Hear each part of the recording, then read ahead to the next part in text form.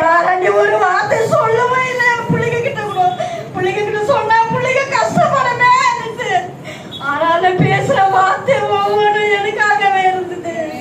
ஆனாலும் நான் வந்துட்டு சபைக்கு என்னால அந்த இடத்துல உட்கார முடியல. போய் சொல்லு பேசின்ற மாதிரி சபை வடிச்சு பார்க்க கூடாது.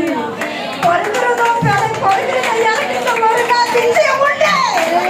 ஆனா அந்த சபை சொல்லக்கூடாது. கத்திர நாளை கத்திர தப்பா சொல்லுவாங்க. அவரு செய்தது எங்களுக்கு தெரியும். எல்லாம் அவருடைய சித்தம். ஆனாலும் எனக்கு தைரியத்தையும் பலத்தையும் கொடுக்கணும். ஒரு பொது சோர்ந்து போகாத அளவுக்கு எனக்கு பலத்தை கொடுக்கணும். ஏசு இவ்வளவு நாள் என்னை வழி நடத்ததுக்காக நன்றி. இயேசுவை நான் வச்ச ஜபத்தை கேட்டதுக்காக நன்றி. கண்ணை மூடி ஜெபிச்சாலும் அந்த பிசாசு வேலைதான் என் முன்ன நிக்குது. ஆனாலும் ஜெபிக்கிறேன், என்ன ஜெபிக்க விட மாட்டுது. செய்யற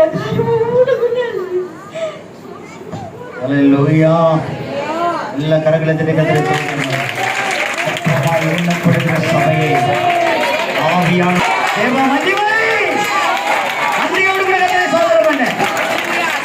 உயர்த்தி கொண்டே இருப்பார். அவருடைய சபை மேன்மைப்பட்டுக் கொண்டே இருக்கும். கர்த்தருடைய மகிமையை பார்க்க போறவர்கள் சொல்லலாமா? கர்த்தர் பெரியவராய் இருந்து பெரிய காரியத்தை கர்த்தர் செய்ய போறார். கலகத்தை கர்த்தர் மகிமைப்படுத்துவோம். அந்த மகளுக்குள்ள கர்த்தர் ஆவியான எல்லா கண்களை மூடி கர்த்தரை சோதனை பண்ணுங்க. அந்த மகளுக்குள்ள இந்த மரண பயத்தை இந்த நாளில கர்த்தர் நீக்கி போட்டபடினாலே, மரண கர்த்தர் உடைத்தபடினாலே, கர்த்தருடைய மகிமை இறங்கினபடினாலே, கர்த்தருடைய நல்ல கர்த்தரை சோதனை பண்ணு. சோத்திராம் சோத்திராம் சோத்திராம் சோத்திராம்.